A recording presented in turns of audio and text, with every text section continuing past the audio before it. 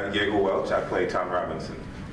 I'm Melanie Moore, and I play Scout Finch. I'm Richard Thomas, and I play Atticus Finch.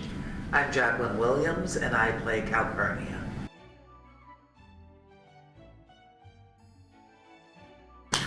I started by reading the book first and foremost, and then I went back. It was when the Broadway company was still performing. Then I went back and watched the Broadway company at the time and tried to just see what I was signing up for. And from that point on, I just tried to learn the lines. Right? I'm from the South. I'm from Georgia originally, so I felt like I as most young women from the South do, I feel like, especially people who identify as sort of like tomboy, you identify with Scout Finch, so I felt like I really knew who this character was growing up. So after that, I tried to just get out of my own way and learn what Erin had written and get ready for rehearsal. I reread the book. I hadn't read it since I was in school, and I realized rereading it, this is not a YA novel. People who haven't read the book since they were in school should read it again, maybe, because it's very different, especially if you're a parent. It really is a very rich read just on its own. But I did read it to obviously start preparing, and then I just worked with Erin's script and learned it. And then, like you, I saw the show in New York, and just the way one goes about preparing, whatever part you're going to do.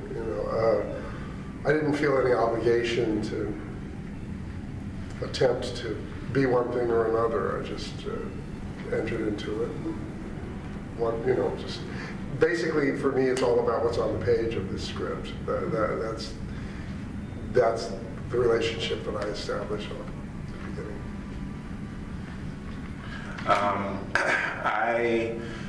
I really took a lot of time to sort of research and investigate the world of the play, the given circumstances by which people in the community of color were living under.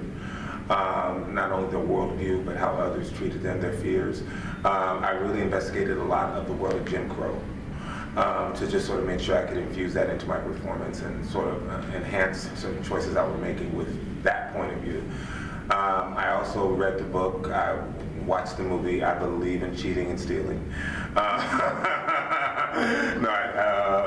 There was already a template out there. I want to get some things that I may not have gotten, but also, like Richard and Melanie were saying, like the script is there, and this play is it comes from the same source material, but it's not the book and it's not the movie, and it's sort of its own little thing. And so I really wanted to make sure I honored what Erin's point of view for this story was, and so a lot of that.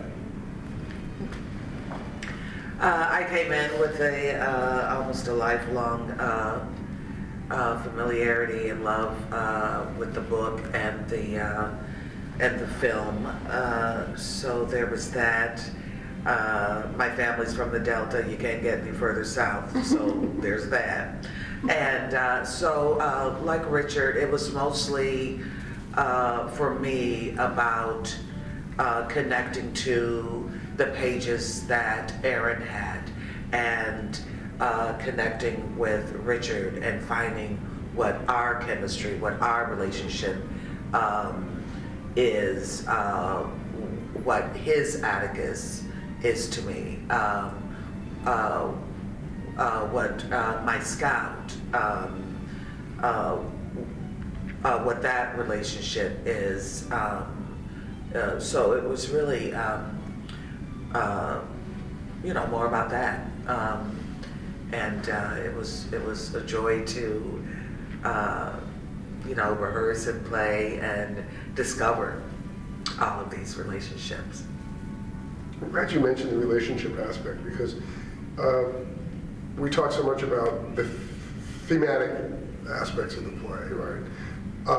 But it is possible within this text to form very deep relationships on the stage. I mean, very, very intimate connections, and he's given in his writing the opportunity. I mean, it is so much about community, what community consists in, and what it is. And so that we've all been able to really create these strong. I mean, you do that on stage with your colleagues, but we're not just out there talking theme to the audience. We're actually, they're getting it as we play through each other. And the play allows us to do that. I think that's a great point. So just to sort of piggyback off that, there's a lot of nonverbal communication that's happening within the relationships that maybe even other actors on stage don't notice, but the actors who are playing it notice it, and it's happening out. And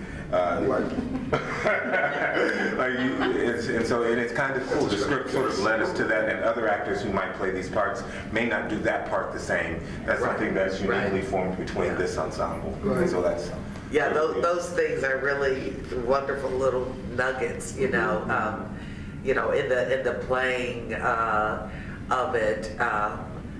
For instance, I have some of that with Mayella from across the way when she's sitting at the table.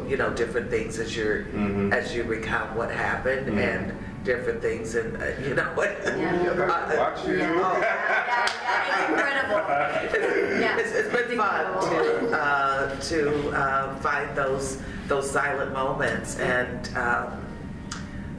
it just keeps supporting the relationships that already exist. It's one of the advantages in having the opportunity to do a show over a very long period of time with a company, that not only does your relationship with the play keep opening into deeper and deeper places, if it's a good play.